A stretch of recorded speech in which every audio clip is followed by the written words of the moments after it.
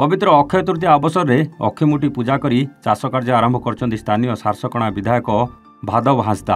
आज पवित्र अक्षय तृतीया चाषी भाई एक पवित्र दिन। यही परिप्रेक्षी में सारसकणा निर्वाचन मंडल कृषक भाई मानक उत्साहित करने को जाई आज विधायक भादव हांसदा निजे कृषक भाव में माटी मार पूजा अर्चना कर सारसकणा ब्लॉक स्थित काशीपाल ग्राम में पूर्वतन जिला परिषद सदस्य रवि नायक पौरोहित में शताधिक कृषक मानक नहीं यह कार्यक्रम आयोजित होता। एथिरे विधायक भादव हांसदा जोग देइथिले। ओडिशा एक कृषि प्रधान राज्य होइतिबा बेले परंपरा अनुसार अक्षय तृतीया आरंभ होइछि अक्षिमुठी अनुकूल। यही अवसर में जड़े साधारण चाषी पुओ भाव धोती गंजीटीए पिंधि चाष कार्य आरंभ करी बिलरे धान बुणिले विधायक भादव हांसदा। तेबे अक्षय तृतीया को कृषक माने बेस उत्साह सहकारे पालन करिथांती। आजिर दिन में चषा पुओ निज क्षेत्र में अक्षिमुठी अनुकूल करी चाष कार्यर शुभारंभ करिथाए। आजिर दिन में चाषी माने नुआ धान बिहन नहीं निज क्षेत्र में बुणी हल धरी धरित्री माता और माँ लक्ष्मी आशीर्वाद मिलता है बोली विश्वास रही। से भली आज मयूरभंज जिलार प्रत्येक स्थान में यह अक्षिमुठी अनुकूल कार्यक्रम देखा मिली।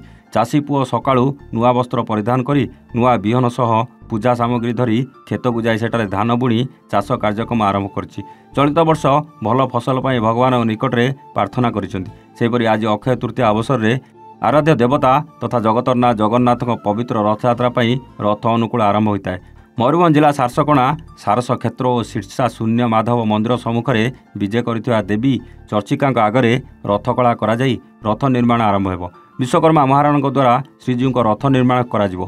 देवी चर्चिका करुणारू शास्त्रीय विधि में निर्माण काम सुरुखुरे संपन्न होता है बोली विश्वास रही। अक्षय तृतीया तिथि में अक्षी पूजा होगा पर विश्वकर्मा और तांकर सहयोगी माने रथ निर्माण में लगी था।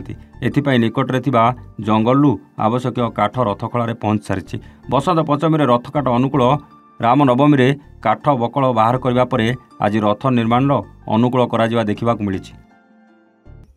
आज एक पवित्र अक्षय तृतीया यही दिन में चाषी तार प्रथम अनुकूल करे जहाँकि तार मुठिए आरंभ करे एवं तार चिंता करे जे आज अक्षय तृतीय बुणिले आमर अमल अधिक आसब।